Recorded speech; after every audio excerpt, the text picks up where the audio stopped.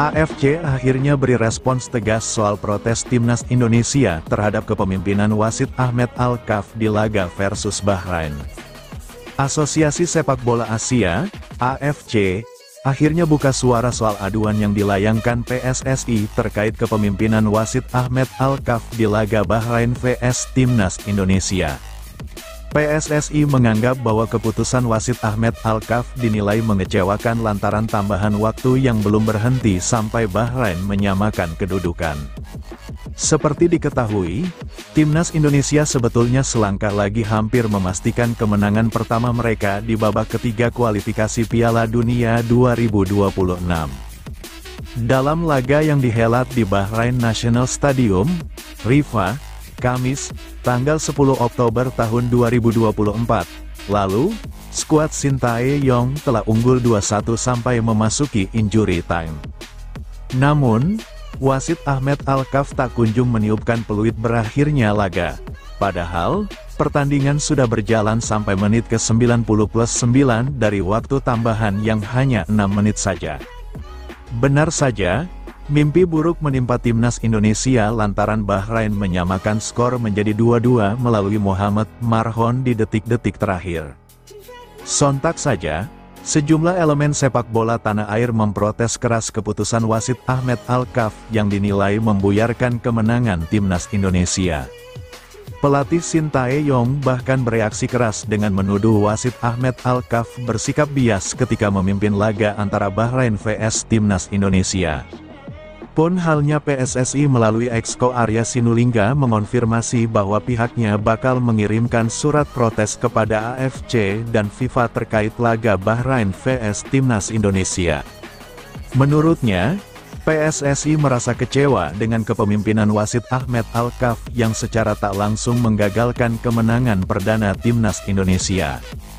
"Ya, kita kirim surat protes," kata anggota Exco PSSI Arya Sinulinga, dikutip Tiffany News dari Antara. "Kita sangat kecewa dengan kepemimpinan wasit, seperti menambah waktu sampai Bahrain menciptakan gol," sambungnya. Selang beberapa waktu, AFC akhirnya angkat bicara soal protes yang dilayangkan PSSI terhadap kepemimpinan wasit Ahmed Al-Kaf saat memimpin laga Bahrain vs Timnas Indonesia. Melalui Sekretaris Jenderal AFC Datuk Seri Windsor John, dia menegaskan bahwa PSSI belum mengirimkan aduan kepada pihaknya soal keputusan wasit yang merugikan Timnas Indonesia. AFC sebagai induk sepak bola Asia merasa bingung terkait jenis aduan yang bakal dilayangkan oleh PSSI dan meminta agar Asosiasi Indonesia tersebut segera memberi klarifikasi. "Kami perlu PSSI untuk mengklarifikasi apa yang mereka keluhkan, apakah itu performa, manajemen waktu atau masalah spesifik lainnya," jelas Datuk Seri Windsor John. "Kami sudah mendengar berbagai laporan, tetapi keluhan itu harus terperinci," kata Sekjen AFC dikutip dari New Straits Times. Kendati demikian, Sekjen AFC Datuk Seri Windsor John mengatakan jika pihaknya akan tetap meninjau apabila ada kekeliruan dari kepemimpinan wasit tersebut. VAR memantau semua keputusan wasit dan mereka harus membenarkannya jika ada keluhan, pungkasnya. Meskipun ofisial pertandingan tidak mengomentari penampilan mereka secara terbuka, mereka diharuskan untuk memberikan laporan terperinci kepada FIFA, tutup Sekjen AFC itu. Kini, pemain maupun staf pelatih Timnas Indonesia telah melupakan momen itu. Mereka tengah bersiap di Qingdao untuk hadapi China pekan depan. Kevin Dix datang, bek tengah Timnas Indonesia segudang. Ketua Umum PSSI Erick Thohir sudah memberi lampu hijau naturalisasi Kevin Dix, artinya stok bek tengah Timnas Indonesia bakal menumpuk. Dix adalah pemain yang memiliki posisi utama sebagai bek tengah. Saat ini pos center back di timnas Indonesia ditempati pemain-pemain seperti Jay Izes, Miss Hilges, Jordi Amat, Rizky Ridho, Wahyu Prasetyo, serta Muhammad Ferrari. Ada pula nama Sandy Walsh yang pernah ditempatkan Shin Tae-yong menjadi bek tengah dadakan guna menambal kekosongan. Di luar daftar pemain yang saat ini berada di timnas Indonesia, Shin masih punya sederet bek tengah lain seperti Justin Hubner dan Elkan Bagot. Belum lagi ada nama-nama yang pernah mencicipi posisi palang pintu di era STY belakangan ini termasuk Andi Setio dan Alveandra Dewangga. Jika Erick Thohir menginginkan stok pemain timnas Indonesia yang melimpah, kedatangan Dix mungkin diharapkan untuk memenuhi hasrat tersebut di sektor belakang. Yang jelas bakal terjadi persaingan sengit untuk mengisi posisi formasi 3 bek yang kerap dimainkan Shin. Apalagi, bila Shin memilih formasi 2 bek tengah, maka nama-nama yang akan tampil bakal semakin mengerucut. Dix sendiri bukan pemain yang hanya bisa mengisi posisi bek tengah, bermain sebagai fullback, baik kanan dan kiri, bukan hal asing. Pada musim ini saja, klub FC Copenhagen sudah memaksimalkan tenaganya untuk bermain di posisi bek tengah, bek kanan, atau bek kiri. Bahkan sempat pula Dix ditugaskan menjadi gelandang bertahan. Artinya ada peluang pula bagi Shin memainkan Dix sebagai pemecah serangan lawan di sektor tengah sekaligus memanaskan persaingan dengan Ivar Jenner dan Ricky Kambuaya.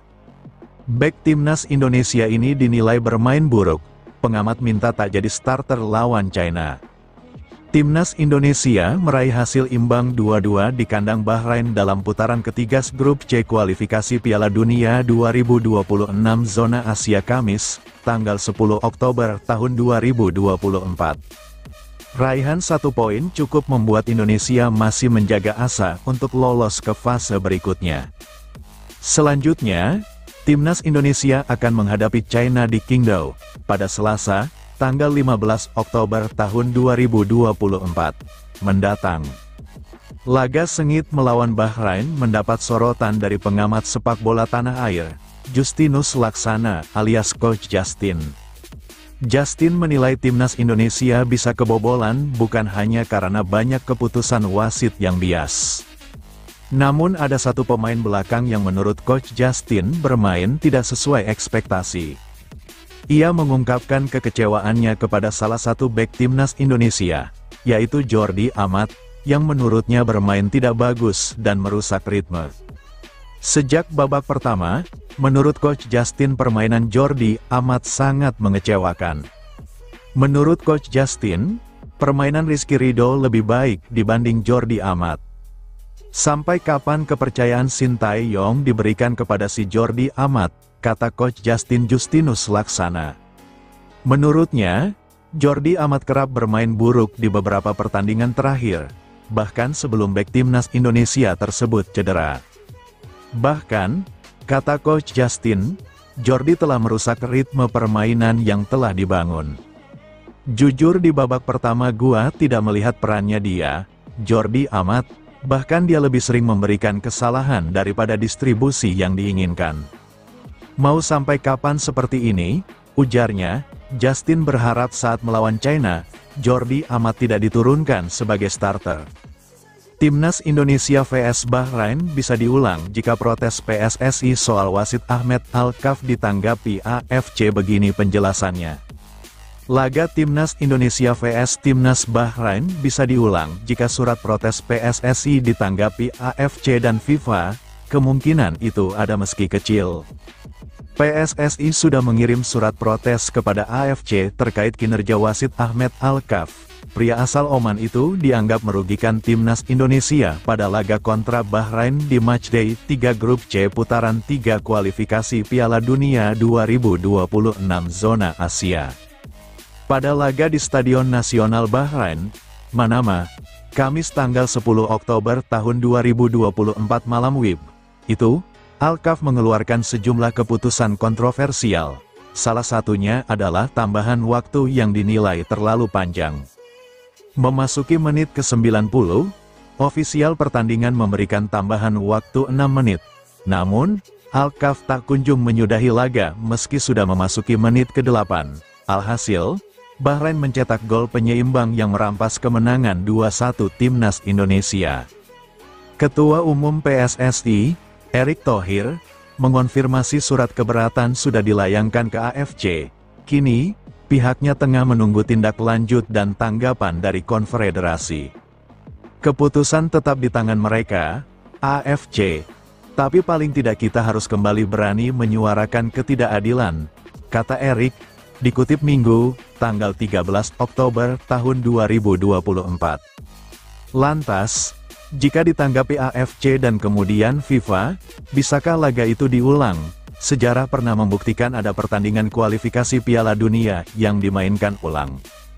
Peluang diulangnya laga bisa saja terjadi andai ada bukti kuat tentang kecurangan atau pengaturan skor. Hal itu pernah terjadi pada kualifikasi Piala Dunia 2018 antara Timnas Afrika Selatan melawan Timnas Senegal.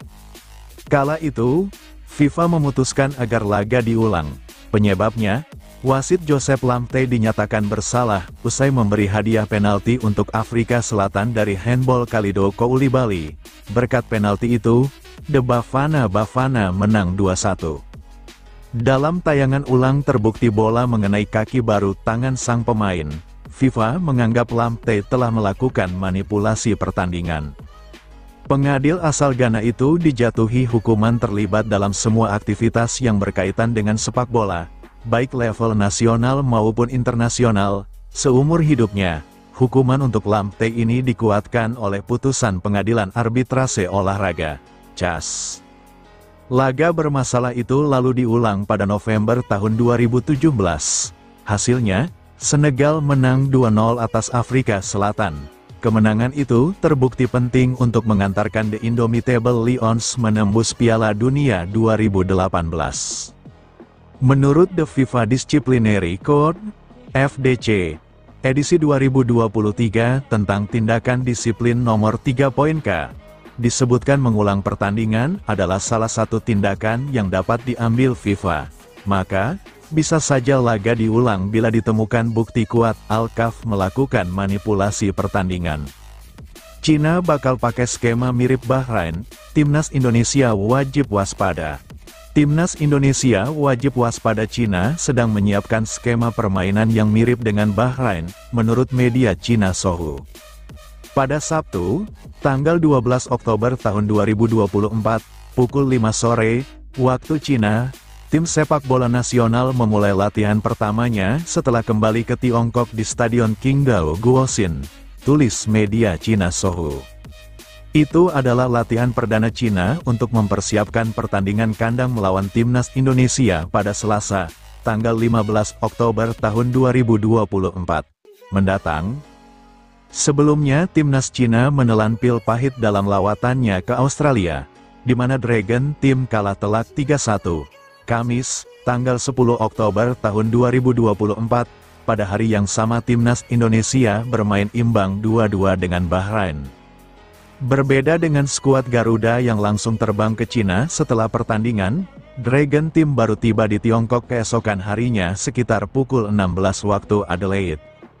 Dibandingkan dengan Indonesia yang memainkan pertandingan melawan Bahrain dan langsung berangkat ke bandara untuk berangkat dini hari, Timnas Cina memilih istirahat di Adelaide, tulis Sohu. Mengingat ketatnya waktu persiapan, Asosiasi Sepak Bola Tiongkok akhirnya memutuskan untuk menggunakan penerbangan charteran untuk pulang ke rumah. Seluruh tim langsung menaiki penerbangan MU7158 dari Adelaide ke Qingdao 8 jam. Mereka pun disambut puluhan supporter setibanya di Bandara Internasional Qingdao Jiaodong. Meski mengalami 3 kekalahan beruntun di babak grup ini, setidaknya para supporter belum menyerah terhadap Timnas Cina. Seluruh penggawa Timnas Cina kemudian berlatih pada Sabtu, tanggal 12 Oktober tahun 2024, pukul 5 sore waktu setempat. Latihan dilakukan secara tertutup. Timnas Cina akan melakukan beberapa latihan bola mati dan latihan teknis dan taktis. Itu dilakukan setelah kebobolan 4 bola mati di 3 pertandingan sebelumnya, tulis Sohu. Skema bola mati ini menjadi wajib diwaspadai oleh timnas Indonesia, mengingat pada laga lawan Bahrain 2 gol yang bersarang dari skema set piece. Maarten Paes sempat mati langkah pada gol pertama Bahrain yang dicetak oleh Mohamed Marhon, 15, lewat tendangan bebas. Gol kedua Bahrain yang terjadi di menit tambahan waktu, 90+9, juga tercipta dari bola mati.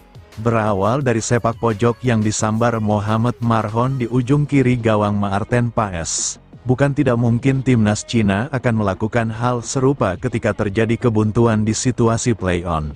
Maarten Paes dan kawan-kawan harus tetap waspada.